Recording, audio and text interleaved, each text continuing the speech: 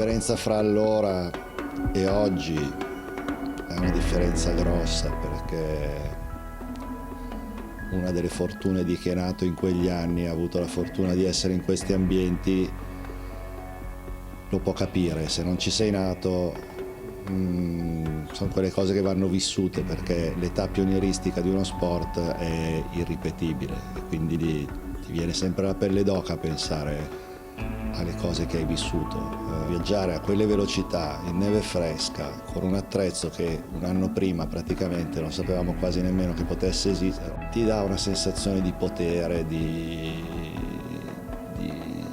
non so come dirlo, di forza, di energia che è irripetibile.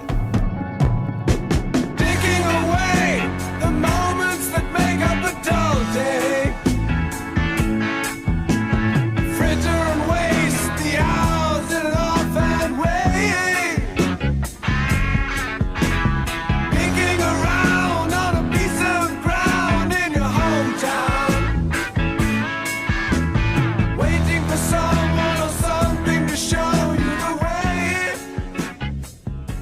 Negli anni 85-86 il numero di tavole da snowboard vendute in Italia era ridicolo, era qualche centinaio. C'erano tre marchi sul mercato che erano Barton, Sims e Uger-Bucher. E nello stesso momento siamo partiti noi che finalmente abbiamo trovato questa fabbrica che aveva le tecnologie per costruire degli snowboard con le lamine e con una stratificazione adatta ad avere prestazioni. Nel nostro laboratorio, dove io scepavo le tavole da surf e da windsurf, spesso girava musica funky, che era la musica del momento, e si andava a ritmo funky, per cui il marchio è nato tutto da lì.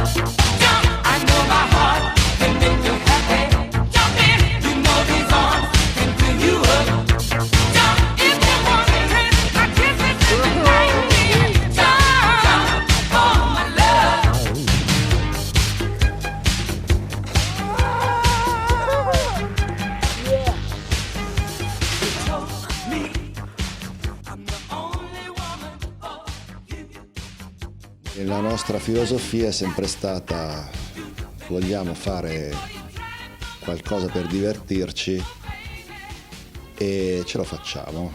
Non ce lo andiamo a comprare, ma ce lo facciamo perché probabilmente siamo in grado di farlo. Abbiamo capito a un certo punto di essere in grado di farlo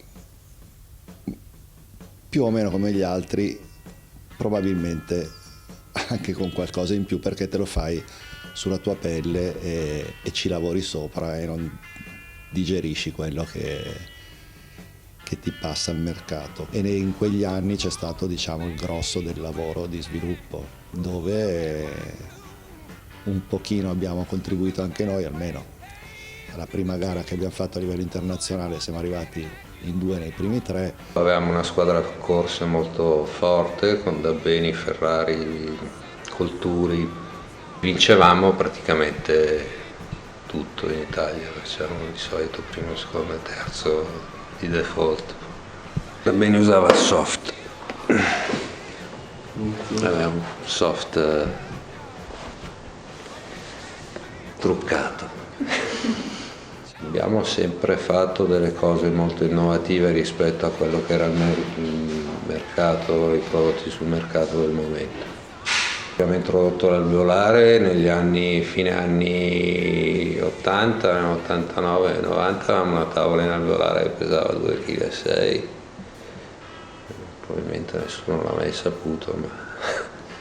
E c'era un sacco di interesse, c'era un sacco di entusiasmo e di sviluppo su tutto, sulle tavole, sui materiali, sugli attacchi, anche sull'abbigliamento lavoravamo. E niente, Funky era il marchio quasi sicuramente più affermato in Italia, e ha dato anche una bella impronta al mercato estero, soprattutto come immagine, perché era qualcosa di diverso, di nuovo. È andata bene.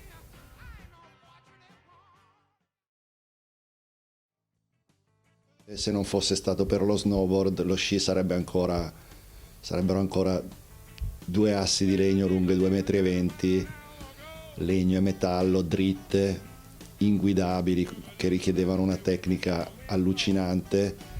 È solo grazie allo snowboard, che ha scoperto la sciancratura, che lo sci è cambiato ed è evoluto e diventato quello che è. Questo gli sciatori dovrebbero sempre baciare la neve dove passa uno snowboard,